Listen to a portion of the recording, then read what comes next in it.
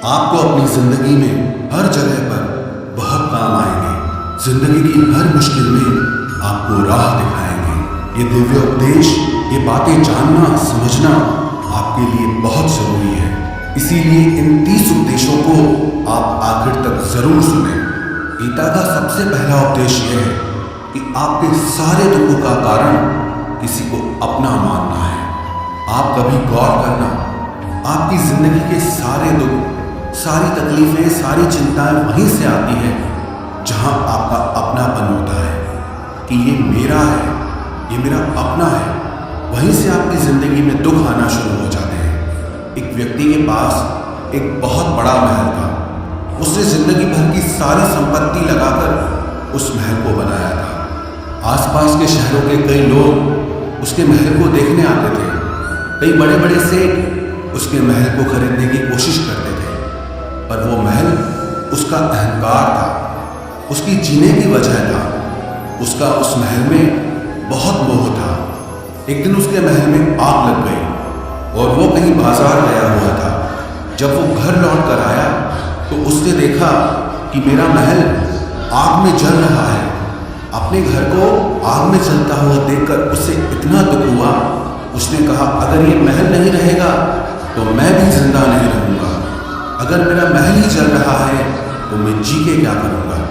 वो भी उसी आग में छलांग लगाने की कोशिश करने लगा तो किसी ने उसे रोक लिया कि भाई, ये जो तुम्हारा महल है, इस महल का सौदा कल तुम्हारे बेटे ने किसी के साथ कर लिया है। जब उसे पता चला कि ये महल अब मेरा नहीं रहा, किसी और का हो चुका है, तो उसकी सारी चिंता खत्म हो गई। जैसे और लोग उस जलते हुए महल को देखकर तमाशा देख रहे थे, वैसे ये भी खड़ा हो गया। इतनी ही देर में उसका बेटा आया। वो अपने बेटे को देखकर बहुत प्रसन्न हुआ। उसे आशीर्वाद देने लगा कि तेरे जैसा बेटा तो बहुत भाग्यों से मिलता है। तूने तो मेरी जिंदगी बचा ली। आज इस घर में आग लगी है और तूने कल ही इसका सौदा कर दिया।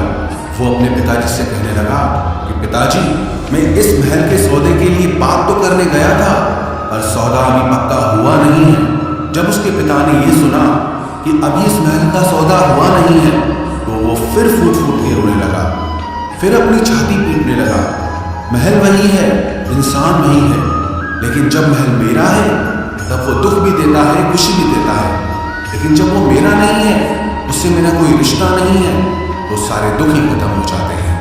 ऐसे ही जिंदगी में जब किसी जगह को, किसी इंसान को, किसी रिश्ते को, किसी काम को हम अपना मान लेते हैं, मेरा मान लेते हैं, तो वहीं से ही सारे दुखों की शुरुआत होती है, वहीं से हर तकलीफ की शुरुआत होती है।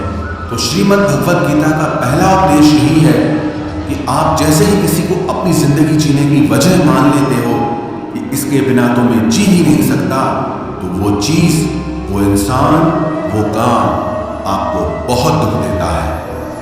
गीता का दूसरा उपदेश ये है कि अवश्यमेव भोक्तव्यम कृतं कर्म शुभाशुभम, कि आपने कोई भी कर्म किया हो उसका फल आपको जरूर भोगना पड़ेगा। अगर आपने अच्छे कर्म किए हैं तो जाने अनजाने किसी मुश्किल वक्त में आपको वो आपके अच्छे कर्म उस मुश्किल वक्त से बचा लेंगे। अगर आपने गलत कर्म किए हैं, पाप किया है, तो उसकी सजा भी आपको जरूर मिलेगी।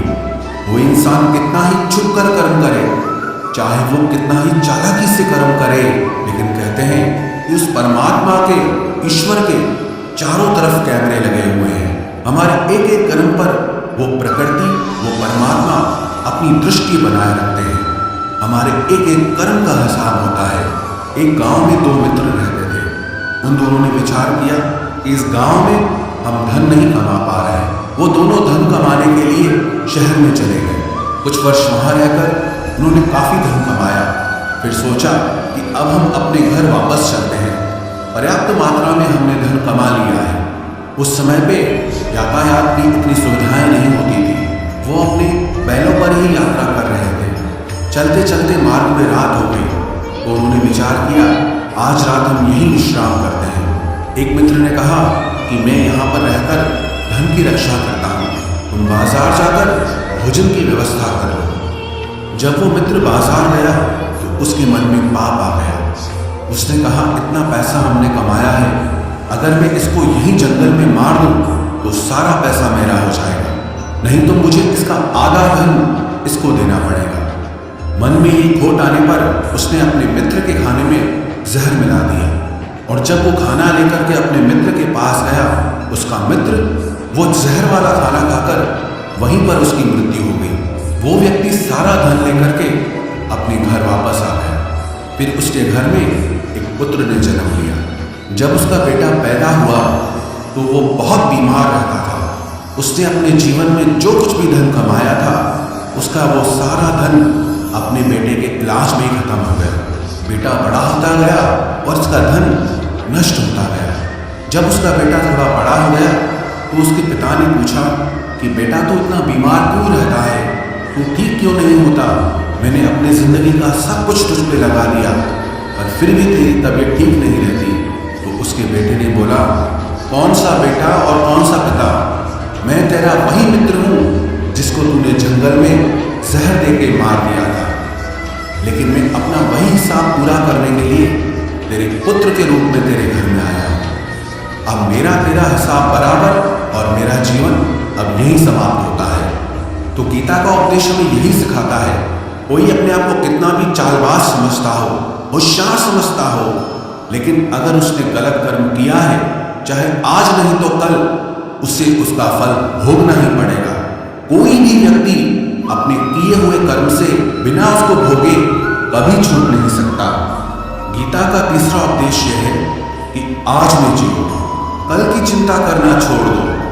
जो भी व्यक्ति अपने बीते हुए कल या अपने आने वाले कल में खोया रहता है, वो जिंदगी में कभी खुश नहीं रह सकता। आपको जिंदगी में खुशी सिर्फ और सिर्फ तब मिल सकती है जब आप वर्तमान में जी सके, आज के आनंद को जी सके।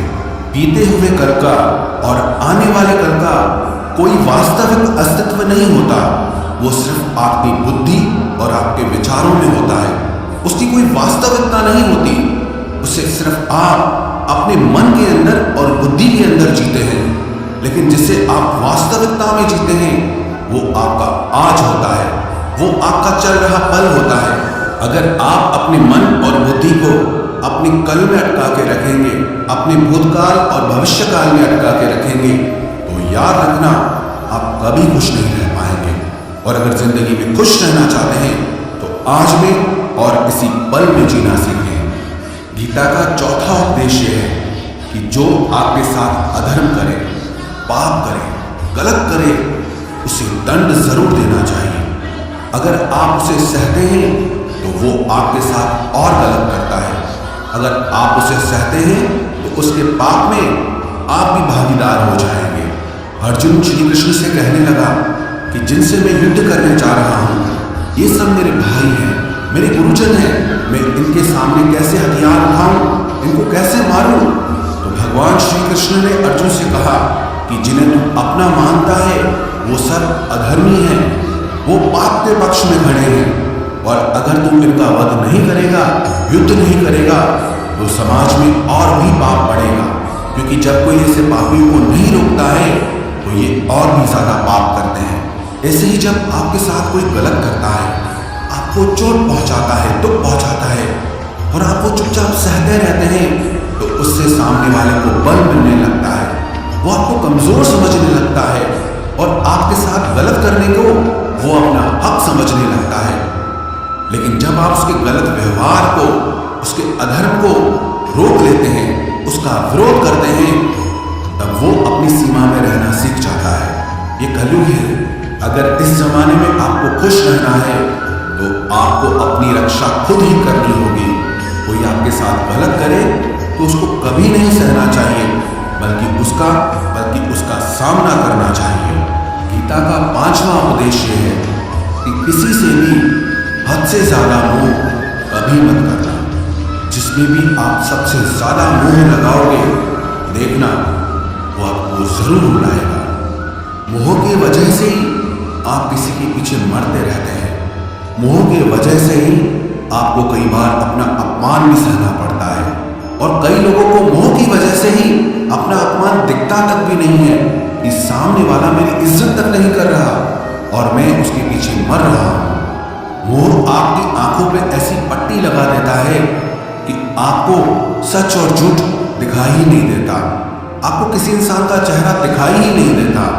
आप जो देखते हैं, जो सुनते हैं, उसी पर यकीन कर लेते हैं, फिर चाहे आपको कितना ही दर्द मिल रहा हो। अगर आप किसी इंसान को ठीक से समझना चाहते हैं, किसी की सच्चाई जानना चाहते हैं, तो उसके लिए ये बहुत जरूरी है कि आप उसके मोह से जल्दी बाहर आ जाएं। वास्तविकता में रिश्ते दुख नहीं देते, आपका मोह आपको दुख देता है। जिस दिन मोह खत्म, उस दिन आपको किसी भी रिश्ते से कोई दुख नहीं मिल सकता, क्योंकि आपको फिर कोई फर्क ही नहीं पड़ेगा।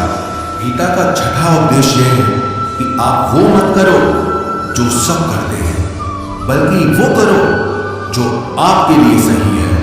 स्वधर्मम निधनम श्रेय परधर्मो भयावह। श्री कृष्ण ने अर्जुन से कहा कि जो तेरा कर्तव्य है, जो तेरे लिए सही है, जो तुझे करना चाहिए, तू वो कर। तू कभी भी वो काम मत कर जो दुनिया कर रही है। क्योंकि अर्जुन श्री कृष्ण से कहने लगा कि ऐसे भयंकर युद्ध में पड़ने से अच्छा है कि मैं सन्यासी बन जाऊं। तो श्री कृष्ण ने अर्जुन से कहा कि सन्यासी बनना तेरा कर्म नहीं है, तेरा धर्म नहीं है, तू क्षत्रिय है। तेरा कर्म और तेरा धर्म यही है कि तू अधर्म का नाश करे, धर्म की रक्षा करे। ऐसे ही हर इंसान का एक अलग कर्तव्य होता है, एक अलग ही मार्ग होता है। तो कभी भी उस मार्ग पे मत जाना जहां सारी भीड़ जा रही हो। कभी भी वो काम मत करो जो दुनिया करती है कि आजकल ये ट्रेंड हो गया है, ये फैशन हो गया है, सब करते हैं इसलिए हम भी कर रहे हैं। सारी भीड़ यही काम कर रही है इसलिए हम भी यही कर रहे हैं। अगर आप वो करोगे जो भीड़ कर रही है तो आप भी उसी भीड़ में कहीं खो जाओगे। लेकिन अगर आप वो करोगे जो आपके लिए सही है, जो आपकी प्रतिभा है, तो दुनिया की सारी भीड़ में भी आप सबसे अलग नजर आओगे। गीता का सातवां उपदेश यह है कि जिंदगी में धोखा अपने ही देते हैं, क्योंकि उनको आपकी कमजोरियों का पता होता है। बाहर वाला आपको धोखा नहीं दे सकता, क्योंकि उसको आपके बारे में पता ही नहीं है कि आपको चोट कहां पहुंचती है। लेकिन जो आप